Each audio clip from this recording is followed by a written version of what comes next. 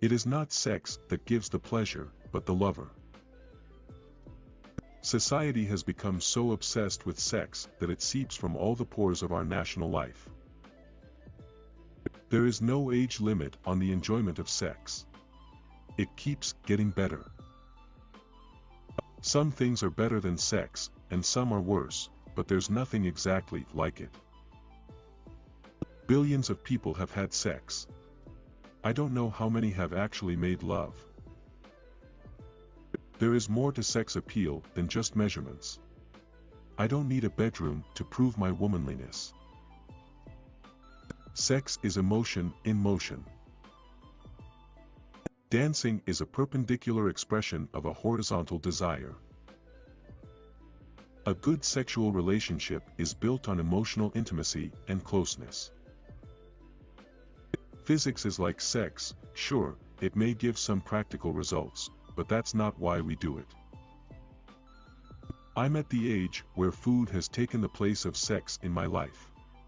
In fact, I've just had a mirror put over my kitchen table. I blame my mother for my poor sex life. All she told me was the mangoes on top and the woman underneath. For 3 years my husband and I slept in bunk beds. Remember, sex is like a Chinese dinner. It ain't over till you both get your cookie. Women need a reason to have sex. Men just need a place. Love is friendship that has caught fire. True love comes quietly, without banners or flashing lights. If you hear bells, get your ears checked. Love is composed of a single soul inhabiting 2 bodies. The only thing we never get enough of is love, and the only thing we never give enough of is love. I believe that love takes time. I believe there is such a thing as infatuation at first sight, but not love at first sight. We are most alive when we're in love. If you find someone you love in your life, then hang on to that love. You know you're in love when you can't fall asleep because reality is finally better than your dreams. There is only one happiness in this life, to love and be loved. You always gain by giving love.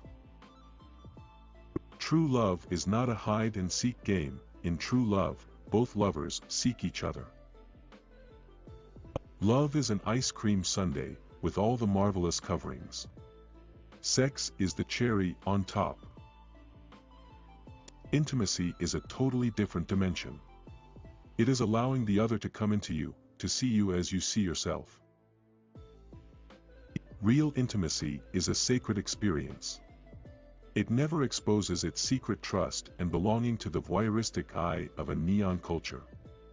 Real intimacy is of the soul, and the soul is reserved. Intimacy is the capacity to be rather weird with someone, and finding that that's okay with them. Sexual intimacy is a continuing process of discovery. Men and women approach sex very differently. Men make love to feel loved.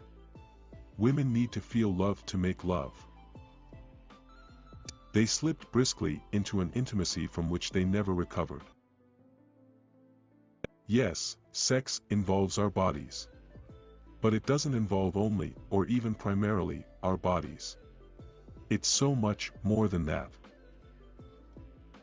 Sex is one of the most powerful gifts God ever created. It was designed to bring a man and woman together in a physical, emotional, and spiritual bond that would create pleasure, intimacy, and also procreation. That's why the marriage bed is usually a pretty accurate picture of what else is going on in the marriage. Done well, marital sexuality can be a supremely healing experience. Couples who schedule time to connect with each other have healthier, happier relationships. Passionate sex is great. A passionate marriage filled with passionate sex, so much better. But you shouldn't give up on having a great sex life once you're married. Intimacy is key to having a healthy, functional, and overall happy relationship.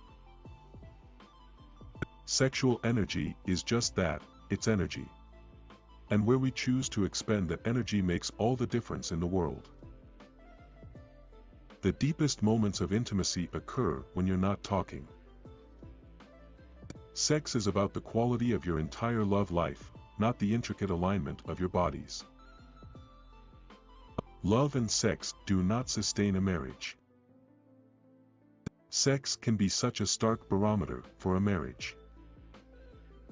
It is not sex that gives the pleasure, but the lover.